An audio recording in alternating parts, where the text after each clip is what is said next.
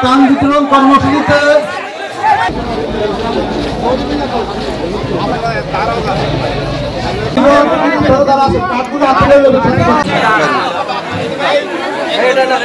আমার কথাগুলো আসলে খালি একটা কথা আমার একটু ওনারা যেটা বলছেন নমিনেশনের ব্যাপারে অনেক নেতা আসবে, কিন্তু এই ফরিদগঞ্জ উপজেলায় 200-র উপরে অধিক মামলা।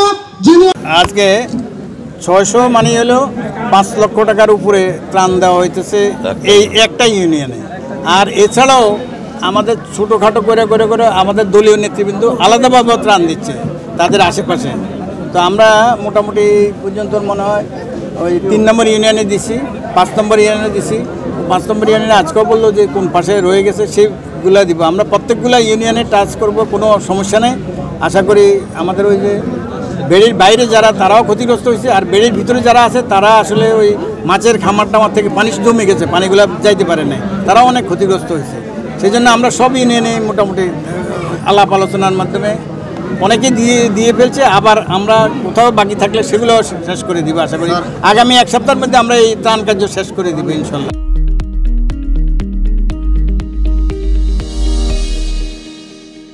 তৃণমূলের নেতৃবৃন্দের কাছে একটাই আবেদন, কোথাও কোনো রকম অঘটন না ঘটুক, মানুষের ক্ষতিগ্রস্ত না হোক।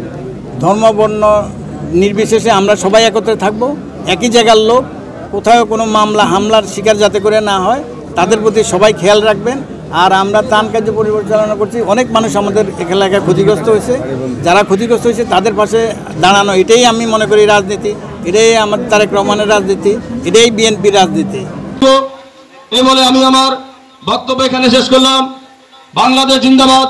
বাংলাদেশ আগামী দিনে রাষ্ট্রনায়ক জনাব তারেক রহমানের নির্দেশে যেই ধরনের দল ফরিদগঞ্জের কারা নির্যাতিত ছাত্র দলের হোসেন পাটোয়ারি, উপজেলা 6 নং ইউনিয়ন ছাত্র দলের বিভিন্ন নেতৃবৃন্দ